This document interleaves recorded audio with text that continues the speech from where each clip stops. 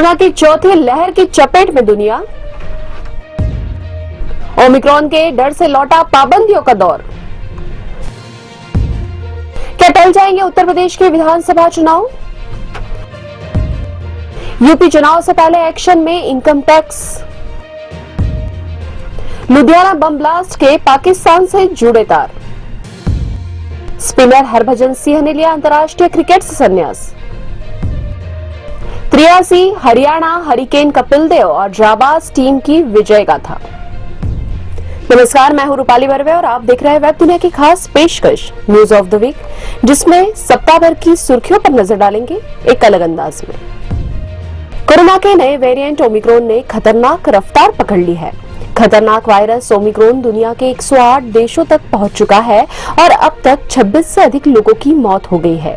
वहीं भारत में देखते ही देखते 17 से अधिक राज्यों में ओमिक्रॉन के 400 से अधिक पॉजिटिव मरीज सामने आ गए हैं। विश्व के साथ भारत में ओमिक्रॉन के बढ़ते मामलों को लेकर केंद्रीय स्वास्थ्य मंत्रालय ने लोगों को अलर्ट जारी करते हुए कहा कि दुनिया कोरोना की चौथी लहर का सामना कर रही है। इस बीच प्रधानमंत्री नरेंद्र मोदी ने ओमिक्रॉन के बढ़ते मामलों के बीच राज्यों को भरोसा दिलाया कि केंद्र उनकी हर मदद के लिए पूरी तरह तैयार है। पीएम ने सतर्क रहने का मंत्र देते हुए कहा कि नए मामलों की तत्काल ट्रेसिंग कर वायरस को फैलने से रोकने और जिला स्तर पर अस्पतालों व स्वास्थ्य तंत्र की मजबूती पर जोर दिया जाए। प्रधानमंत्री ने आगाह किया है कि अभी कोरोना से लड़ाई खत्म नहीं हुई है, दुश्मन ने चेहरा बदल लिया है, इसलिए पूरी सावधानी बरतते हुए रोकथाम उपायों का पालन करना है। देश में कोरोना के ओमिक्रॉन और डेल्टा वेरिएंट के बढ़ते केस के बाद एक बार फिर पाबंदियों का दौर लौट आया है। उत्तर प्रदेश, मध्य प्रदेश, गुजरात, हरियाणा समेत 10 से अधिक राज्यों ने नए सिरे से पाबंदियों का ऐलान कर दिया है। कोरोना के बढ़ते खतरे को देखते कई राज्यों ने नाइट कर्फ्यू लगा दिया है। उत्तर प्रदेश में शादियों में 100 से अधिक लोगों के शामिल होने पर रोक लगा दी है। महाराष्ट्र में 100 से अधिक ओमिक्रॉन पॉजिटिव केस आने के बाद न्यू ईयर के जश्न पर रोक लगाने के साथ ही शादी में क्षमता में 25% लोग ही आ सकेंगे। वहीं दिल्ली, उड़ीसा और कर्नाटक ने भी नए वर्ष के जश्न पर रोक लगा दी है। देश के 17 राज्यों में 400 से ज्यादा ओमिक्रॉन के केस आने के बाद केंद्रीय स्वास्थ्य मंत्रालय ने राज्यों को सलाह दी है कि वे न्यू ईयर व त्योहारों को देखते हुए नाइट कर्फ्यू लगाने के फैसले की स्थिति में देरी न करें। देश में कोरोना के ओमिक्रॉन और डेल्टा वेरिएंट के बढ़ते मामलों के बीच उत्तर प्रदेश सहित 5 राज्यों में होने वाले विधानसभा चुनाव को टाले जाने की भी चर्चा शुरू हो गई है। दरअसल कोरोना के बढ़ते मामलों को देखते हुए इलाहाबाद हाई कोर्ट ने चुनाव आयोग और प्रधानमंत्री नरेंद्र मोदी से उत्तर प्रदेश में अगले साल होने वाले विधानसभा चुनाव को टालने की मांग की है। इलाहाबाद हाई कोर्ट के जस्टिस शेखर कुमार यादव ने कहा कि यूपी में होने वाले विधानसभा चुनाव में कोरोना की तीसरी लहर से जनता को बचाने के लिए चुनाव आयोग राजनीतिक पार्टियों की चुनावी रैलियों पर रोक लगाए। उनसे कहा जाए कि वे चुनाव प्रचार टीवी और समाचार पत्रों के माध्यम से करें। प्रधानमंत्री चुनाव टालने पर भी विचार करें, क्योंकि जान है तो जहान है। वहीं मध्य प्रदेश में भी कोरोना के बढ़ते खतरे को देखते हुए पंचायत चुनाव को टाले जाने की सुगबुगाहट तेज हो गई है। सूबे के गृह मंत्री नरोत्तम मिश्रा ने कहा कि कोरोना की दहशत और ओमिक्रॉन के खतरे को देखते हुए पंचायत चुनाव को टाला जाना चाहिए। उन्होंने कहा कि कोरोना काल में कुछ राज्यों से हुए चुनाव से बीमारी बढ़ी है। उत्तर प्रदेश में विधानसभा चुनाव से पहले आयकर विभाग ने सपा सुप्रीमो अखिलेश यादव के करीबियों पर शिकंजा कस दिया है। अखिलेश यादव की करीबी और 22 फूलों से बना समाजवादी इत्र लॉन्च करने वाले कानपुर के कारोबारी पीयूष जैन के घर पर छापे से इनकम टैक्स विभाग को 150 करोड़ रुपए से ज्यादा की रकम नगद मिली है। इस रकम को बड़े बड़े कार्टन में इस तरह पैक किया गया था कि इन्हें आराम से कहीं भी कुरियर किया जा सके। इतने बड़े पैमाने पर नकदी मिलने के बाद आयकर विभाग को नोट गिनने के लिए 4 मशीनें लगानी पड़ी। आयकर विभाग के अधिकारियों के मुताबिक पीयूष जैन की करीब 40 कंपनियां हैं। इनमें कई शेल कंपनियां भी शामिल हैं, जिनके जरिए टैक्स चोरी का संदेह है। इससे पहले भी अखिलेश यादव के कुछ करीबियों पर आयकर का छापा पड़ चुका है। चुनाव राज्य पंजाब में बीते सप्ताह खूब सुर्खियां बटोरी। लुधियाना में कोर्ट में ब्लास्ट में एक शख्स की मौत हो गई, वहीं 5 अन्य गंभीर रूप से घायल हो गए हैं। अब तक की जांच में सामने आया है कि ब्लास्ट आरडीएक्स के जरिए किया गया था और ब्लास्ट में मारा गया शख्स पंजाब पुलिस का बर्खास्त जवान गगनदीप था।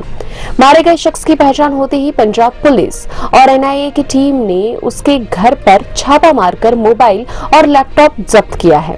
पुलिस के मुताबिक गगनदीप जब कोर्ट में बम लगा रहा था तभी वह फट गया और उसकी मौत हो गई। वहीं पूरे मामले के तार प्रतिबंधित संगठन बब्बर खालसा से जुड़ रहे हैं। बम धमाके में गैंगस्टर हरविंदर सिंह उर्फ रिंदा सिंह का नाम सामने आ रहा है। पुलिस के मुताबिक रिंदा सिंह जो वर्तमान में पाकिस्तान में है, वहां से उसने पूरी साजिश रची है।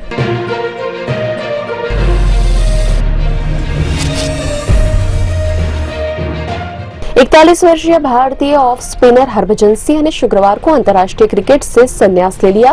वे लंबे समय से टीम इंडिया से बाहर चल रहे थे। हरभजन ने 1998 में शारजाह में न्यूजीलैंड के खिलाफ एक दिवसीय मैच से अंतर्राष्ट्रीय पदार्पण किया था। आखिरी बार उन्होंने नीली जर्सी मार्च 2016 में ढाका में संयुक्त अरब अमीरात के खिलाफ T20 अंतर्राष्ट्रीय मैच में पहनी थी। 103 टेस्ट मैचों में उनके नाम 417 और 236 वनडे मैचों में 269, वहीं 28 T20 अंतर्राष्ट्रीय मैचों में 25 विकेट है। उन्होंने 163 आईपीएल मैच भी खेले हैं, जिसमें से उन्होंने 150 विकेट लिए हैं।